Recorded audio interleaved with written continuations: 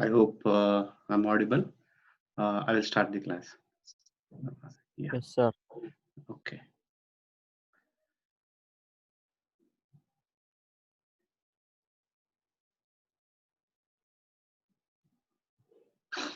Okay. Yeah. First, I will share the PDF, which yeah. Uh, yeah. I'll just brief out what we have studied in the previous classes, so that we can continue with the next concepts. So we have seen the types of fibers. So basically, it is into glass and plastic fibers. Within that, you have step index and grade index fiber. The modes supported in the fibers are single mode and multi modes. So we have four different combinations of fibers you can have: single mode step index, multi mode step index, single mode grade index, and multi mode grade index fiber, which we have studied. Step index fiber transmit light using reflection. Grade index mode fiber transmit light using refraction. So some of the formulas which we have discussed is number of modes supported by step index fiber, V square by 2, where V is normalized frequency or a V number. So where V is given by 2 pi a divided by lambda, where lambda is operating wavelength into numerical aperture. So numerical aperture, you have two formulas that I have substituted. A is radius, 2a is diameter. So for single mode operation within the step index fiber, VC is 2.405. Okay. Then we have seen a grade index fiber. So in grade index fiber, the only difference is you don't have a same refractive index in the core. Core refractive index changes along the length of the fiber. So that is what is grade index fiber. And you have profile also for the grade index fiber. So if alpha is equal to 1, your grade index fiber is a triangular profile. So if alpha is equal to 2, your index profile is parabolic. When alpha is infinity, grade index fiber and step index fiber is almost the same. Okay, that is what we have seen. So some of the formulas are discussed with respect to grade index fiber that I have noted down again. That is, I think it is there in your notes also. If you have. So VC for a single mode in grade index fiber is 2.405 into root of 1 plus 2 divided by alpha. So here 1 plus root of 1 plus 2 divided by alpha is extra compared to step index fiber. The number of modes supported here also is alpha divided by alpha plus 2, which is extra compared to that of your step index fiber. And I have solved the problem in the classes also, which are noted down again for just for reference purpose. So this year we have solved. So that is for a multi-mode step index fiber, you have to find the core diameter. I have solved already. You go through it. For a grade index fiber, that too for a single mode operation. So you have to find the possible core diameter. So we have all the formulas. You have to apply single mode operation formula for V and find V. Then substitute it to find the radius. Then 2a is the core diameter, that is 6.6 micrometer. Next concept is cutoff wavelength. Cutoff, so whatever lambda you are I'm explaining, that is operating wavelength at which you are operating. Cutoff wavelength is another parameter where it actually tells. So if you send light above cutoff wavelength, so you can transmit only in single mode operation. So if you want multi-mode operation, so your operating wavelength should be lesser than your cutoff wavelength. That is cutoff wavelength. Cutoff wavelength is the wavelength above which you can operate in only single mode, below which you can operate in multi-mode operation. So that is your cutoff wavelength, which is required. Okay, that is what this definition. Definition is just like it is the wavelength at which the higher order mode power is reduced to 0.1 dB compared to lower order modes. Because for single mode operation, we are only operating lower order modes because lower order mode confine their power within the core. That is why we go for lower order mode, not for the higher order modes. So if you are going for multi-mode, you have lower order modes as well as higher order modes. So in order to remove higher order modes, we operate, if you want to operate in only single mode, so you operate above cutoff wavelength. So that is the meaning. So higher order modes in OFC is linearly polarized 1-1 mode.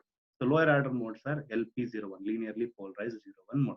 So these modes are explained in the class. 1-1 have different field distributions compared to 0-1. Okay. Okay. Yeah, normally cutoff wavelength will be in the range of 1.3 micrometer. This is for a specific wavelength. If you are operating at 1.28 micrometer, cutoff may be 1.3. for a step index fiber. So you have to find cutoff wavelength. How will you find cutoff wavelength? So you have to use the expression which we have studied earlier. That is V is equal to 2 pi lambda. That is a normalized frequency expression we're going to use, and that is lambda. Now cutoff wavelength is lambda c. The only difference between the first equation and second equation is the denominator. In first equation it is V, in second it is Vc. We have to substitute by Vc. That is the only difference to find lambda c. Then we divide 1 and 2 to get your lambda c. So if you divide 1 and 2, you get lambda c divided by lambda is equal to V divided by Vc, because all the things are constant. 2 pi a n1 2 delta raised to 1 by 2. Those are all common except lambda, lambda c, V and Vc. So you get only this. Then you get an equation called as lambda c is equal to V lambda by Vc. So actually it is written as lambda. You consider it as lambda c is equal to V lambda by Vc, which is the cutoff wavelength. So where lambda is operating wavelength at which you are operating. Lambda c is, if you want the single mode, you have to operate above. So lambda c is equal to V lambda by Vc. That where Vc is the cutoff V number. For a step index fiber, it is 2.405, which we know.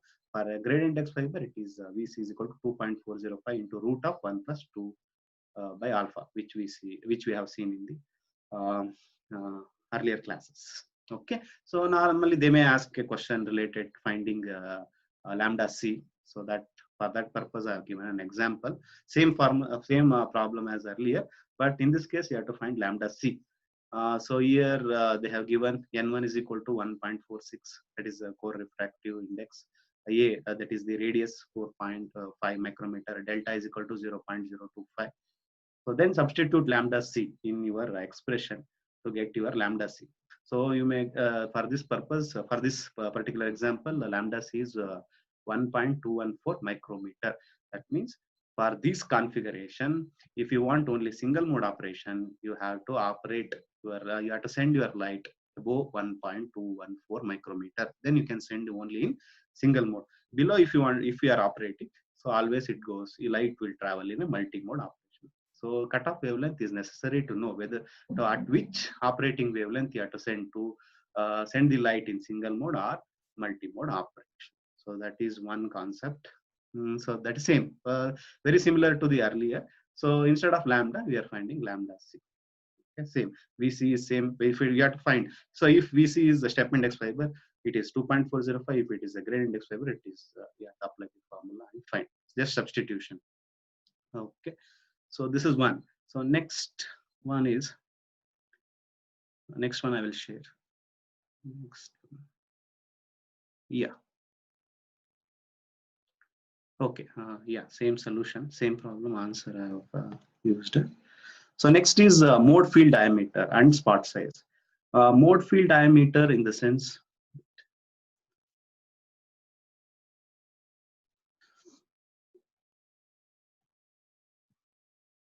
Yeah, I'm not.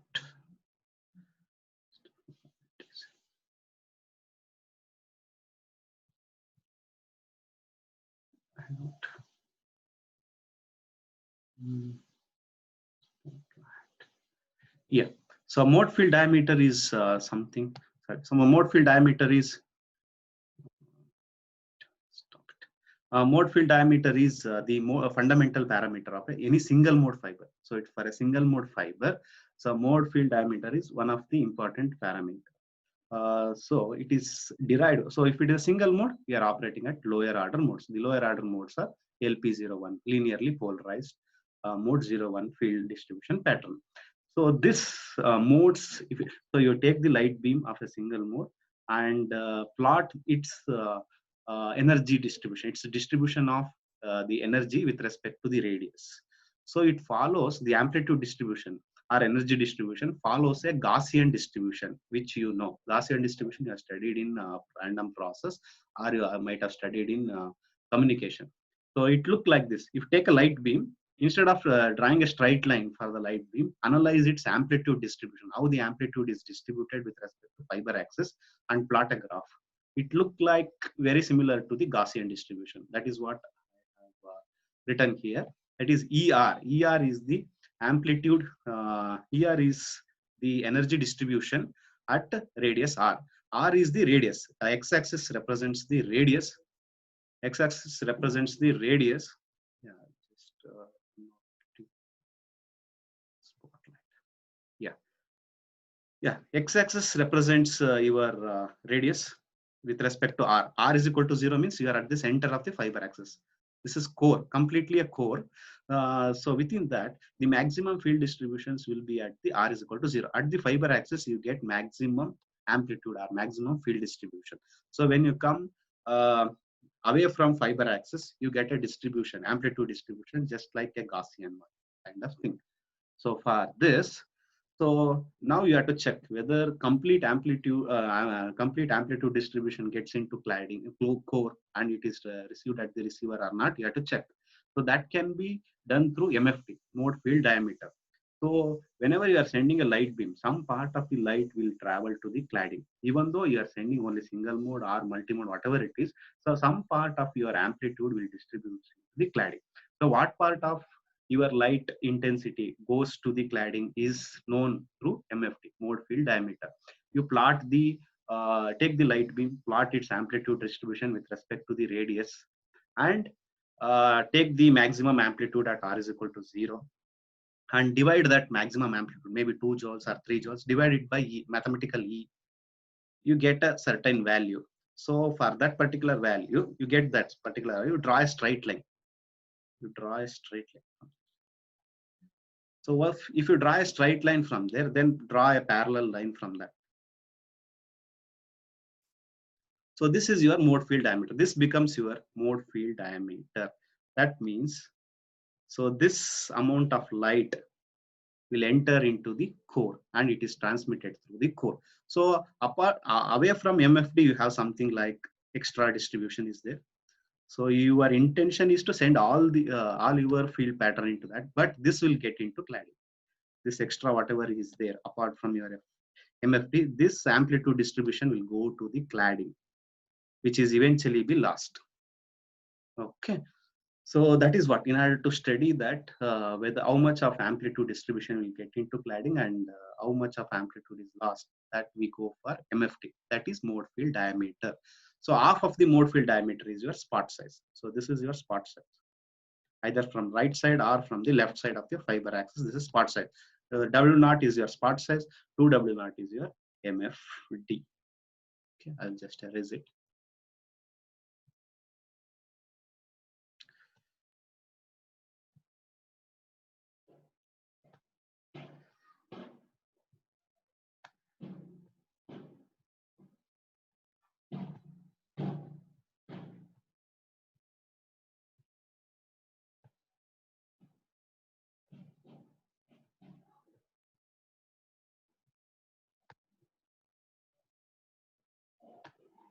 Okay, we'll continue from next. Yeah, this is for a single mode. In a single mode fiber, for a fundamental, it's a fundamental mode. Amplitude distribution is shown in the figure, which follows Gaussian distribution. Your spot size is MFD divided by 2. So the parameter is taken into wavelength dependent penetration. So that is MFD and spot size. So next we go for phase velocity and group velocity, which you have already studied in your PUC. Phase velocity is for a single mode. So if there is only one type of mode is transmitting, you will be having only one wavelength and one frequency for that. So there phase velocity comes into picture. So where phase velocity is the wave at which the wave propagates. Okay, is the wave at which the this one your light propagates. Group velocity is the one where you are going for a multi-mode operation, and you so the definition of phase velocity is given in the first sentence. And we know this Vp is equal to lambda by t. That is known, and that you have studied in your first PUC. Lambda by t is the phase velocity if you are operating in a single mode. Specifically for fiber optics, Vp is given by omega by beta, where beta is propagation factor. W is angular frequency. Yeah, for group velocity, we are operating in multi-mode. So all the modes are transmitted at different wavelengths. When they are transmitted at different wavelengths, they have different frequencies. So, but the wave has to go in at some frequency. So the change in frequencies are represented. The change in angular frequency ranges with respect to the change in your propagation parameter is nothing but your Vg. Okay. So fibers, glass optical fiber and your plastic optical fibers are the two types. Glass optical fiber is used for less attenuation uh, for a less attenuation and less bandwidth. Plastic optical fiber is high attenuation and high bandwidth, but it is used for lesser distance communication. Plastic optical fiber. So how you prepare glass? Glass is prepared from a liquid sand. So that is especially called as silicon dioxide. If you eat that silicon dioxide at very high temperature, then a very high temperature at 1700 degree, then you get a viscous fluid, which is also called as amorphous solid. So viscous fluid is something like it is not in the solid form as well as in the liquid form. It is intermediate between a solid and a liquid. So when it is intermediate, it has the properties of both liquid as well as liquid state as well as solid state. So when you heat them at very high temperature, you get this liquid fluid, and then if you solidify and mix some of the components, then you get a glass. Some of the components you mix with is calcium carbonate and sodium carbonate. If you mix that, you get a glass fiber. Well, so fibers are supported only by glass material or a plastic material because there are some requirements to be satisfied by optical fiber. Those requirements are, so whatever the material you use for manufacture, it should be long, it should be thin, it should be flexible. That is the first requirement. And the material should be transparent. Transparent means when you are sending light, the light should pass through it very easily. So it should be transparent. There should not be any disturbance for your light. So there should not be any extra molecules. So it should be transparent so that light transmits very easily. So that is the second condition. And third one is it should support different refractive indices because core is different refractive indices, cladding is different refractive indices. Because if you have different refractive indices for core and cladding, then only total internal reflection will happen. So for that to happen, so it should support different RI. When it supports different RIs, if you use glass, you get only same kind of RI. You don't get a different RI. You have to mix with certain other materials to get different refractive indices for core and cladding. That is what I will explain the next time. Yeah, glass fiber, yeah, that we know. So if you mix fluorine or oxides with your silica material, then you get different RI, refractive indices. So which are the fluorine and oxides which you mix with silica to get RIR? Germanium dioxide, GeO2, and P2O5, phosphorus pentoxide. This if you mix with silica, you get increase in RI. So normally silica refractive index is 1.5. It is very near to that. So if you want to decrease RI for the manufacturing of cladding, you have to mix with fluorine or boron trioxide, B2O3. So if you want to increase GeO2 or P2O5, you can use. Okay, some of the combinations for core and cladding is given here. So germanium dioxide and silicon dioxide, if you use for manufacturing of core, then refractive index will be more. Then your SiO2 can be used for cladding. Second, uh, Second is P2O5, phosphorus pentoxide and silicon dioxide. If you use it for core, then for cladding, SiO2 is sufficient. So B2O3, if you mix with SiO2, it decreases RI. That is what I explained in the last page. So B2O3 and SiO2, you can use it for cladding when you use SiO2 for core. So different combinations you can use for manufacturing of core and glass based on the delta required. Okay. So next, there are other types of glass fibers you require for the manufacturing because you need to connect different fibers at after 1 or 2 kilometers in order to increase the strength of the signal strength. After 1 kilometer, the optical signal strength may be reduced. So you have to put your optical amplifiers for amplification. So there, normal fibers will not work. So along with your fibers, you have to mix those glass fibers with some other elements to get active glass fibers. That is, you should mix with some rare earth elements called as erbium and neodymium. If you mix your glass material with erbium and neodymium, then you can use it for amplification purpose, or you can use it for attenuation purpose, or you can use it for phase retardation purpose. Normal fibers, whatever you manufacture, cannot be used for amplification and other purposes. So you have to mix with some rare earth elements, then you can use it for amplification purpose. So that is what I mentioned there. Next is, apart from glass fibers, you have plastic optical fiber. plastic optical fiber, it is for high speed, high bandwidth. Attenuation is more, you can use for lesser distance communication. So there are two types of plastic optical fiber. One is polymethyl methacrylate and perfluorinated polymer. Two types of plastic optical fiber. They are called as PMMA POF, polymethyl methacrylate plastic optical fiber, or perfluorinated PF-POF. Because compared to glass fiber, they are tough, they are durable, as well as they support high bandwidth, but attenuation is high. Lesser distance communication. For lesser distance communication, you can use, and also their diameter, core diameter is 10 to 20 times larger than your glass fibers. There are other kind of fibers called as photonic crystal fibers, PCF. So apart from plastic and glass fiber, you can have PCF also. PCF can also be called as a woolly fiber. So the difference between the conventional, those are conventional, plastic and glass fibers are called as conventional fiber. The difference between conventional fiber and this photonic crystal fiber is the construction of core and cladding. You have some holes present within the fiber. Those holes will act as a cladding in case of PCF. That I will show you. Okay, two types of photonic crystal fibers you can have. One is index guiding PCF. Another one is a photonic band gap fiber. So in case of index guiding PCF, it is same as your conventional fiber, but same. You have a buffer coating there also. Here also you have a buffer coating. Yeah, here also you have a cladding. Here the holes which are present within the fiber will act as a cladding. Holes means there is a vacuum created. For vacuum, refractive index is 1. So that will act as a cladding. And the center where the holes are not present. So wherever the holes are not present, that will act as a core. That is a solid I index core.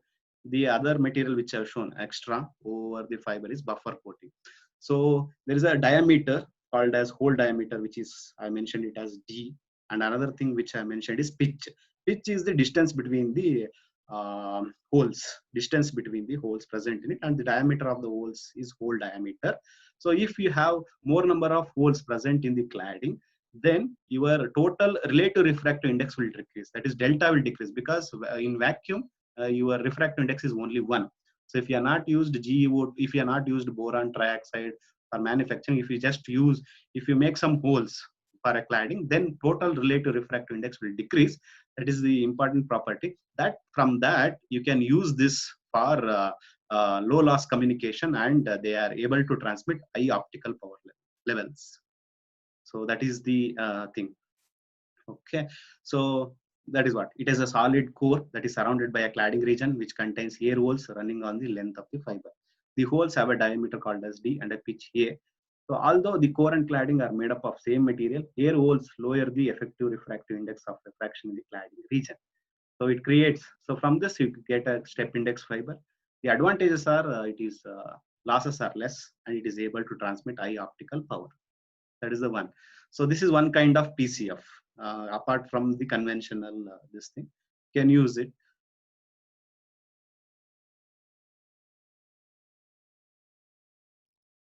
Yeah.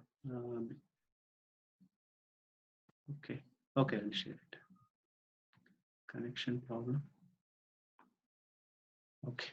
Yeah, I'm connected again. This is index guiding PCF. Another thing is photonic band gap fiber. Here there is a dedicated fiber core is there. There a dedicated fiber core is not there.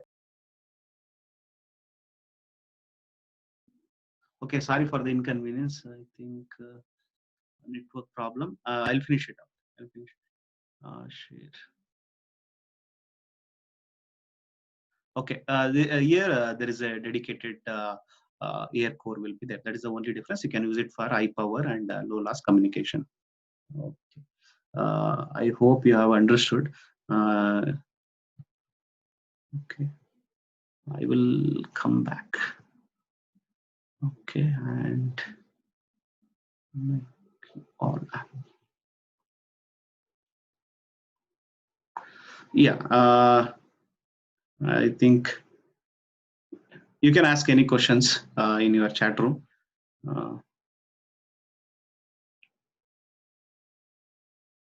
If you have any questions, you can ask.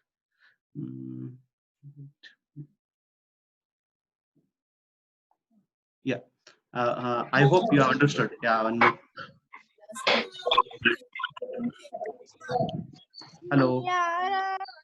Hello. Hello. Have you understood? If you have any questions to ask, you can. Yes, sir. Yeah, you can ask. So second PDF for Sikila. Hello. Yeah, second PDF.